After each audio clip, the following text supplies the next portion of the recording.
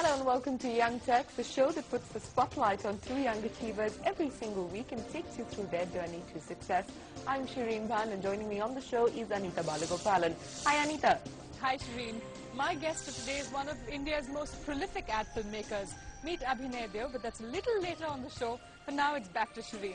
My guest today has an impressive success story. He turned entrepreneur at just 22 with 50,000 rupees in his pocket, and 6 years down the line, the company that he founded, Magnon Solutions, is turning in revenues of 2.5 crores. Let's catch up with Vineet Bajpai, the founder of Magnon Solutions, also an author and a teacher. All of that at just 28.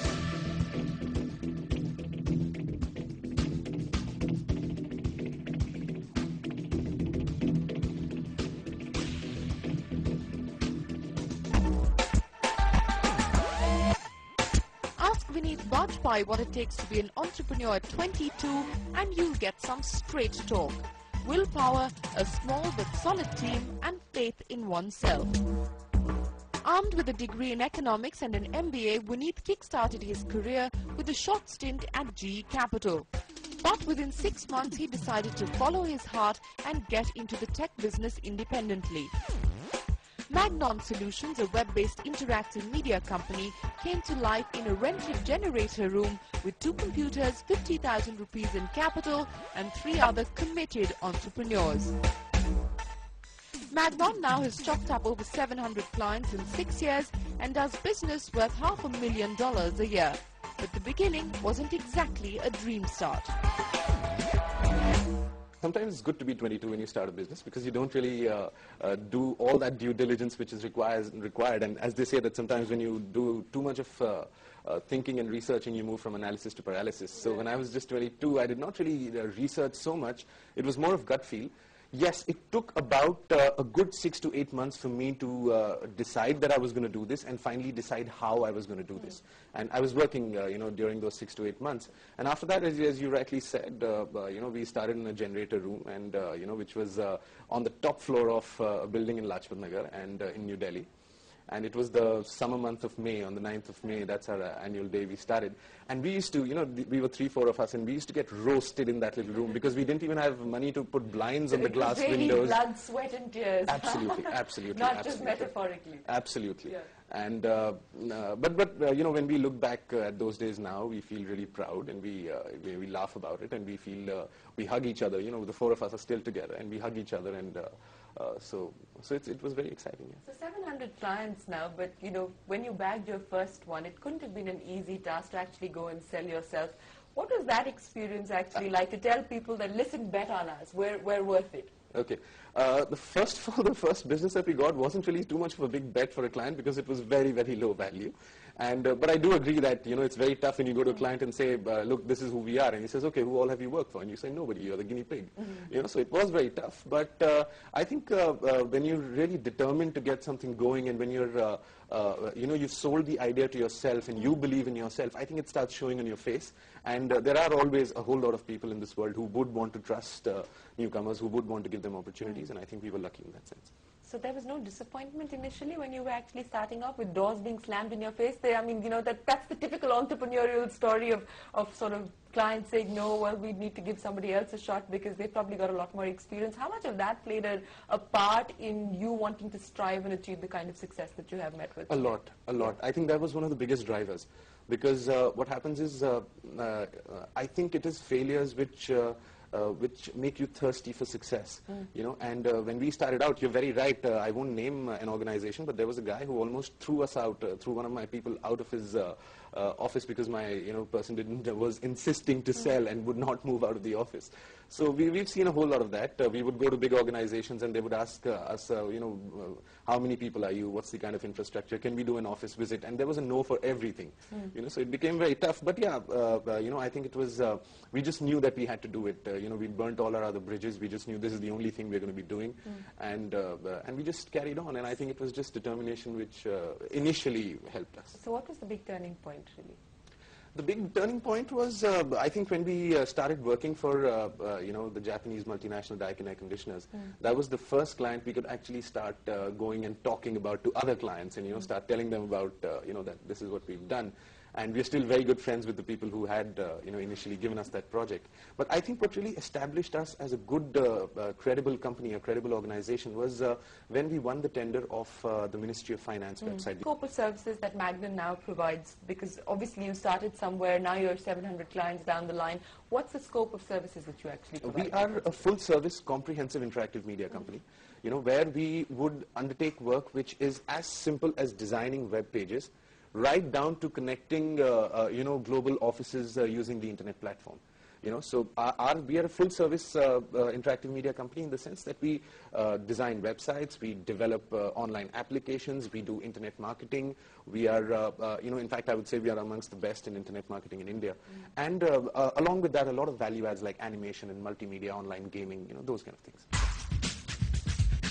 Hard work, sweat and a lot of struggle. That's been life for Vineet Bajpai. While he's lost out on his interests and hobbies, he has no regrets. He's aiming at making Magnon the #1 player in web-based solutions in the next 5 years. So would scaling up mean selling out? As far as the private equity participation is concerned, we would look at that because we would want to ramp up the scale at a certain stage in life. But what we want to do right now is we want to reach a certain level based on our own revenue accruals. Okay. We would probably want to spend another 2-3 years, reach a scale where we are, we are multi-locational. We've got offices, several places in India, maybe a couple of offices abroad. A certain scale where our valuation could probably be far better than what it would be today. What is the current valuation? No, I have no idea. Back of the envelope calculation? No, we don't really have that. Okay. No. So where, you're currently operating headquartered out of Delhi, and you said that you have a plan of where you'd like to see yourself maybe 3 or 5 years down the line. And give us the sort of ideal picture of where you see the company growing to. See, I'll just tell you our vision statement. I'll just tell you what we envision. What we envision is that we would want to be the #1 player. And you're the vision driver within the company, aren't you?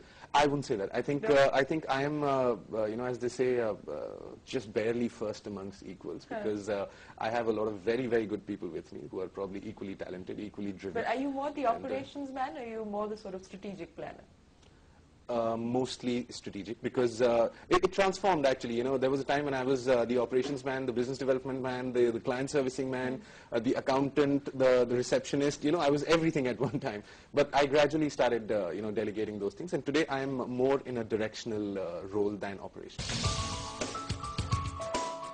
Building from scratch is what this 28-year-old has done and excelled in. So he decided to put his story on paper. Bajpai's first book hit the stands in September 2004 and is a beginner's guide to entrepreneurship.